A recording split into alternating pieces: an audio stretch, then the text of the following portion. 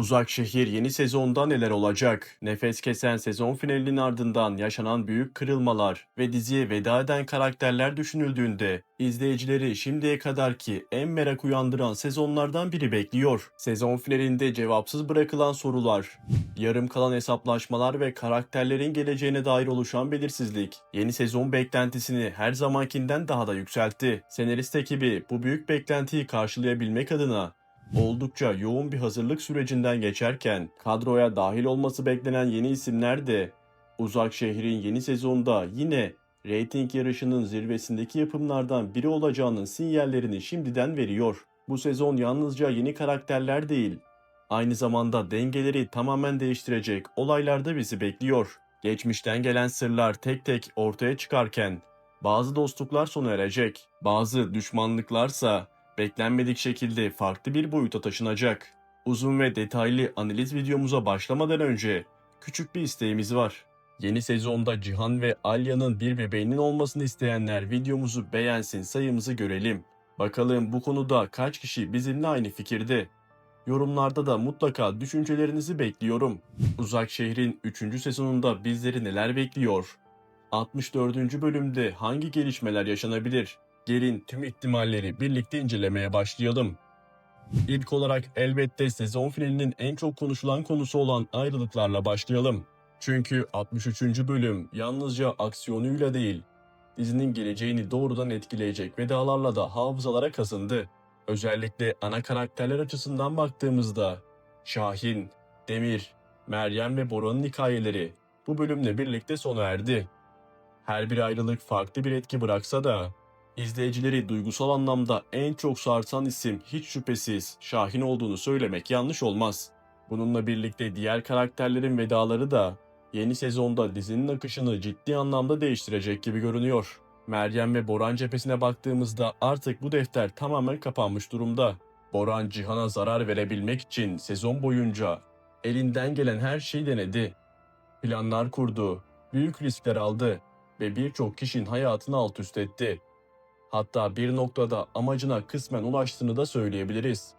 Çünkü yaşanan olayların ardından Alya'nın Midyat'ı terk etmek zorunda kalması, Cihan için belki de en ağır darbelerden biri oldu.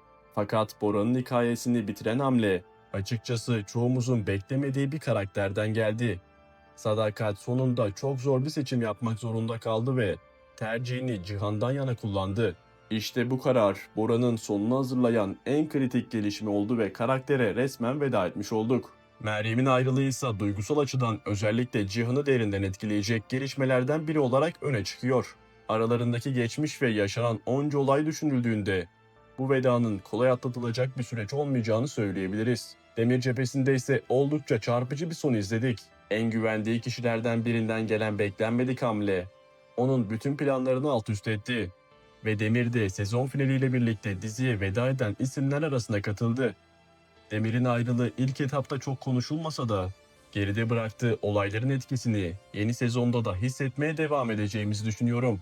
Ancak bütün bu vedaların arasında en büyük boşluğu kesinlikle Şahin bırakacak gibi görünüyor. Çünkü tam her şey yoluna girmeye başlamış, geleceğe dair umutlar yeniden yeşermiş derken trajik bir son hem karakteri hem de izleyicileri hazırlıksız yakaladı. Şahin'in vedası yalnızca bir karakter ayrılığı değil, dizinin duygusal dengesini tamamen değiştirecek bir kırılma noktası oldu. Bu yüzden yeni sezonun ilk bölümlerinde Şahin'in yokluğu dizinin en önemli gündem maddelerinden biri olacak. Özellikle Nare açısından son derece zorlu bir süreç başlayacak. Büyük ihtimalle uzun süre yaşadığı acıyla mücadele edecek ve eski haline dönmesi hiç de kolay olmayacak. Bunun yanında yalnızca Nare değil, Cihan'dan Sadakat'e kadar birçok karakterin bu kaybın psikolojik etkisini taşıdığını göreceğiz.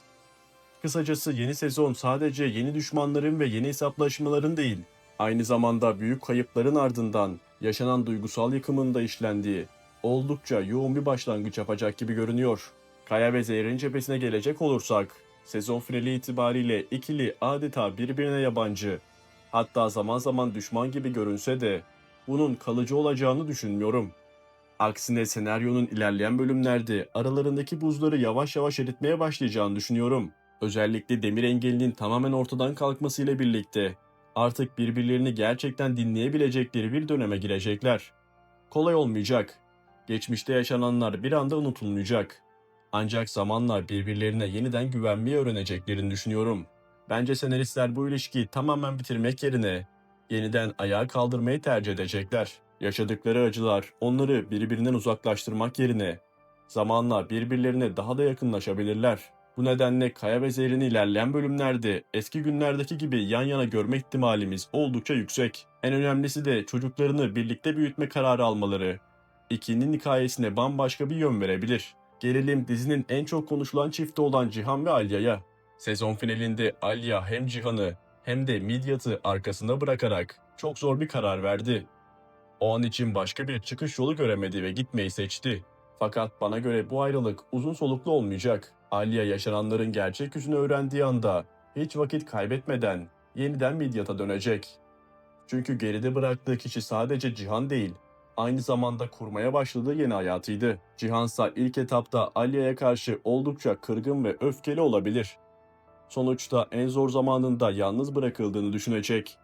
Ancak ikilinin bugüne kadar yaşadığı onca badireyi düşündüğümüzde bu kırgınlığın uzun süre devam edeceğine ihtimal vermiyorum. Birkaç güçlü yüzleşmenin ardından Cihan'ın Ali'yi affedeceğini ve ilişkilerinin kaldığı yerden çok daha güçlü bir şekilde devam edeceğini düşünüyorum. Hatta bana göre bu sezonun en büyük sürprizlerinden biri Cihan ve Alya'nın bebek haberi olabilir. Eğer gerçekten böyle bir senaryo yazılırsa, uzun süredir acılarla mücadele eden Albor ailesi için ilk kez gerçek anlamda umut dolu günler başlayacaktır. O haberin geldiği bölümde dizide adeta bayram havası yaşanacağını söylemek hiç de abartı olmaz. Tabii ki her şey bu kadar mutlu bir şekilde ilerlemeyecek. Eski kötü karakterlerin büyük bölümü diziden ayrılmış olsa da bu durum Alboraların rahat bir nefes alacağı anlamına gelmiyor. Tam tersine yeni sezonda çok daha güçlü, çok daha planlı ve çok daha acımasız düşmanların diziye dahil olmasını bekliyorum. Bu kez karşılarına çıkacak kişiler yalnızca bireysel intikam peşinde koşan karakterler olmayabilir. Cihan'ın ailesini, düzenini ve sahip olduğu her şeyi hedef alan çok daha büyük tehditler görebiliriz. Bu nedenle yeni sezonda Cihan'ın işi geçmiş sezonlara kıyasla çok daha zor olabilir. 64. bölümü kısaca değerlendirecek olursak, bölümün büyük ihtimalle sezon finalinde yaşanan acı olayların hemen ardından başlayacağını düşünüyorum. İlk sahnelerde cenaze süreci ve bunun yarattığı büyük yıkım ön planda olacaktır. Dolayısıyla bölümün ilk yarısında oldukça kasvetli ve duygusal bir atmosfer bizleri bekliyor. Şahin'in ardından dökülen gözyaşları, aile içindeki sessizlik ve yaşanan büyük kaybın etkisi uzun süre hissedilecek. Özellikle Sadakat, Nare, Cihan, Ecmel ve Zerrin başta olmak üzere neredeyse hiçbir karakterin psikolojik olarak iyi durumda olmayacağını düşünüyorum. Alya'nın dönüşü konusunda ise çok uzun süre beklemeyeceğimizi düşünüyorum. Yeni karakterlerin ise ilk bölümlerden itibaren sahaya sürüleceğini düşünmüyorum. Büyük ihtimalle sezon açılışında önce sezon finalinin yaraları sarılacak, karakterlerin yaşadığı duygusal süreç işlenecek ve ardından yavaş yavaş yeni isimler diziye dahil edilmeye başlanacak.